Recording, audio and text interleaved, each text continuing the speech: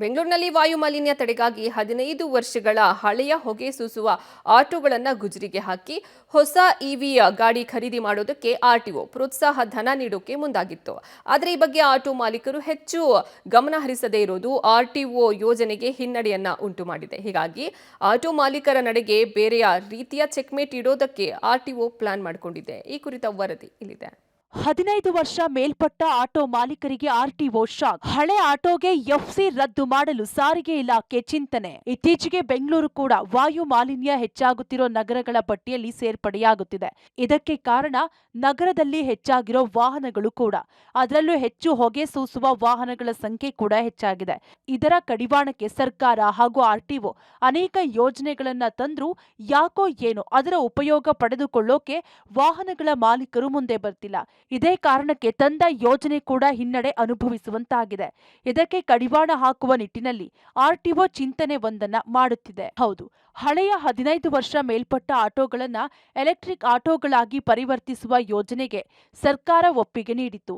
ಅದರಂತೆ ಹಳೆಯ ಆಟೋಗಳನ್ನ ಗುಜರಿಗೆ ಹಾಕಿ ಸರ್ಕಾರದಿಂದ ಸಿಗುವ 60,000 ಪ್ರೋತ್ಸಾಹಧನ ಪಡೆದು ಇವಿ ವಾಹನಗಳ ಖರೀದಿ ಮಾಡುವಂತೆ ಆರ್ಟಿಒ ಹಳೆಯ ಆಟೋ ಮಾಲೀಕರಿಗೆ ಆಫರ್ ನೀಡಿತ್ತು. ಆದರೆ 2 ವರ್ಷವಾದರೂ ಈ ಬಗ್ಗೆ ಒಬ್ಬನೇ ಒಬ್ಬ ಮಾಲೀಕ ಮುಂದೆ ಬಂದಿಲ್ಲ. ಇದು ಸರ್ಕಾರದ ಯೋಜನೆಯ ಹಿನ್ನಡೆಗೆ ಕಾರಣವಾಗಿದೆ. ಯೋಜನೆ ಬಗ್ಗೆ ಅನೇಕ ಬಾರಿ ಆಟೋ ಸಂಘಟನೆಗಳ ಜೊತೆ ಇಲಾಖೆ ಅಧಿಕಾರಿಗಳು ಮಾಹಿತಿ ನೀಡಿ ಪ್ರೋತ್ಸಾಹ ನೀಡಿದ್ರು ಮಾಲೀಕರು ಮುಂದೆ ಬರ್ತಿಲ್ಲ.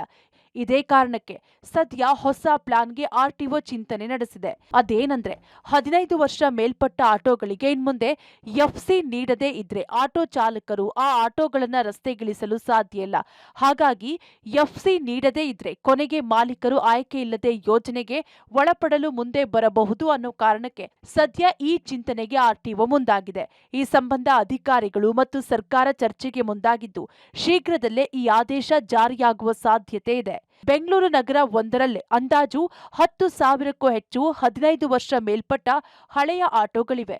ಸದ್ಯ ಆಟೋಗಳನ್ನ ಗುಜರಿಗೆ ಹಾಕಲು ಮನಸ್ಸು ಇಲ್ಲದೇ ಇದ್ರೆ ರಿಟ್ರೋ ಫಿಟ್ಮೆಂಟ್ ಮೂಲಕ ಎಂಜಿನ್ ಬದಲಾಯಿಸಿಕೊಂಡು ಇವಿಯಾಗಿ ಕನ್ವರ್ಟ್ ಮಾಡಿಕೊಂಡವರಿಗೂ ಪ್ರೋತ್ಸಾಹಧನ ನೀಡಲು ಆರ್ಟಿಒ ಮುಂದಾಗಿದೆ.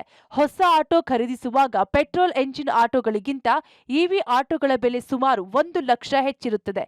ಇವಿ ಆಟೋಗಳಿಗೆ 3.5 ಲಕ್ಷದಿಂದ 3.80 ಲಕ್ಷದವರೆಗೆ ನೀಡಬೇಕಾಗುತ್ತದೆ. ಆದರೆ ಡೀಸೆಲ್ ಗಾಡಿಗೆ ಹೋಲಿಕೆ ಮಾಡಿದ್ರೆ ಮಾಲಿನ್ಯ ನಿಯಂತ್ರಣದ ಜೊತೆ ಆಟೋ ನಿತ್ಯದ ನಿರ್ವಹಣೆ ವೆಚ್ಚ ಕೂಡ ಕಡಿಮೆ ಅನ್ನೋದು ಅಧಿಕಾರಿಗಳ ವಾದ. ಇದೇ ಕಾರಣಕ್ಕೆ ಈ ಯೋಜನೆಗೆ ಒಳಗಾದ್ರೆ ಆಟೋ ಚಾಲಕರಿಗೆ ಇದು ಲಾಭ, ಜೊತೆಗೆ ಮಾಲಿನ್ಯ ಕೂಡ ಕಡಿಮೆಯಾಗಲಿದೆ. ಹಾಗಾಗಿ ಇದು ಸೂಕ್ತ ಅಂತಾರೆ ಅಧಿಕಾರಿಗಳು.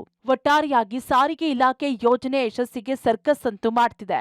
ಆದ್ರೆ ಆಟೋ ಚಾಲಕರು ಮಾತ್ರ ಮುಂದೆ ಬರುವ ಹಾಗೆ ಕಾಣ್ತಿಲ್ಲ. ಹೀಗಾಗಿ ಚಿಂತನೆಯಂತೆ ಇಲಾಖೆ ಯೋಜನೆ ಜಾರಿ ಮಾಡುತ್ತಾ ಅನ್ನೋದನ್ನ ಕಾದು ನೋಡಬೇಕಿದೆ. Raghu, public TV, Bengaluru.